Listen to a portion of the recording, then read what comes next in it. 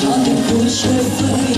Vì giờ người sẽ tới rồi sẽ cùng ta tới với tình yêu đang khao khát trên bờ môi. Giờ đây đã trong bàn tay rồi đất thì sẽ cuốn quay, tương lai chỉ những dối gian rồi sẽ phai tàn. Chúng ta hòa chung nhịp tim với nhanh đừng nên lặng im hay một lần cháy hay những đam mê của phía trước em đêm nay anh sẽ như cơn say khi tiếng cười ngập tràn chẳng ai gì trước em hay cho bước chân ta xoay cho thế gian quay quay với chuyện thường ngày is come let it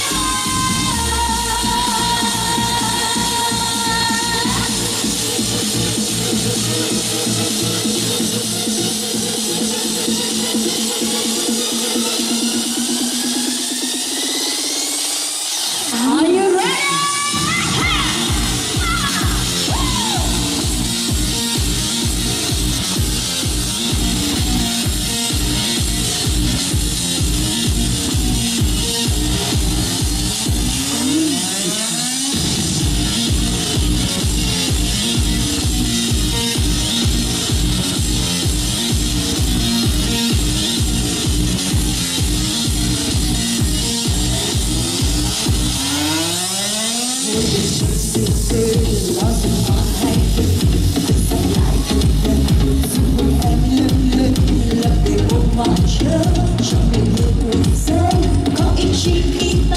Trong đời mong đừng có nhẹ lên bờ môi chỉ em và anh mà thôi, đừng lo ngại chỉ những dối gian rồi sẽ phai tàn. Chúng ta hòa chung nhịp tim nhưng đừng nên lặng im hay một lần cháy hay những đam mê của phía trước em đêm nay anh sẽ như cơn say khi tiếng cười ngập tràn chẳng ai gì trước em tay cho bước chân ta xoay cho thế gian quay quay với chuyện thường ngày.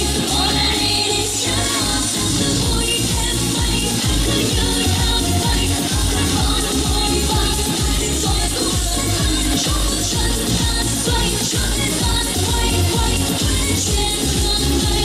Now I'll make it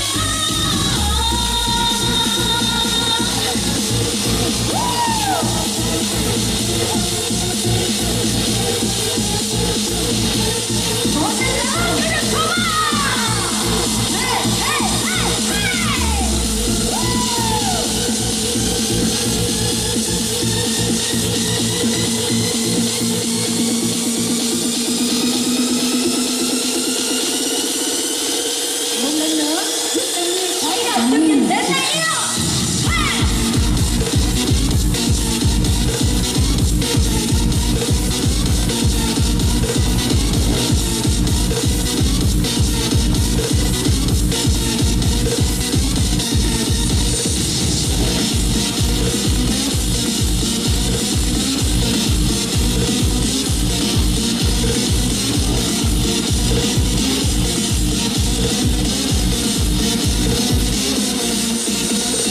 I will make it hot, hot.